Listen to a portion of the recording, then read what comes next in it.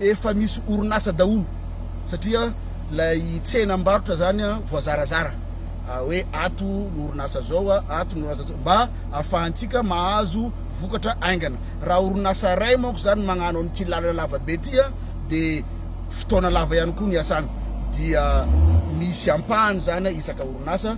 Ny orinasa manao antsika eto zao dia vola ny fanjakana madiodio no manao an'ity Moramanga atrany ranomafana ty hitatsika zao ny fizotra ny asa.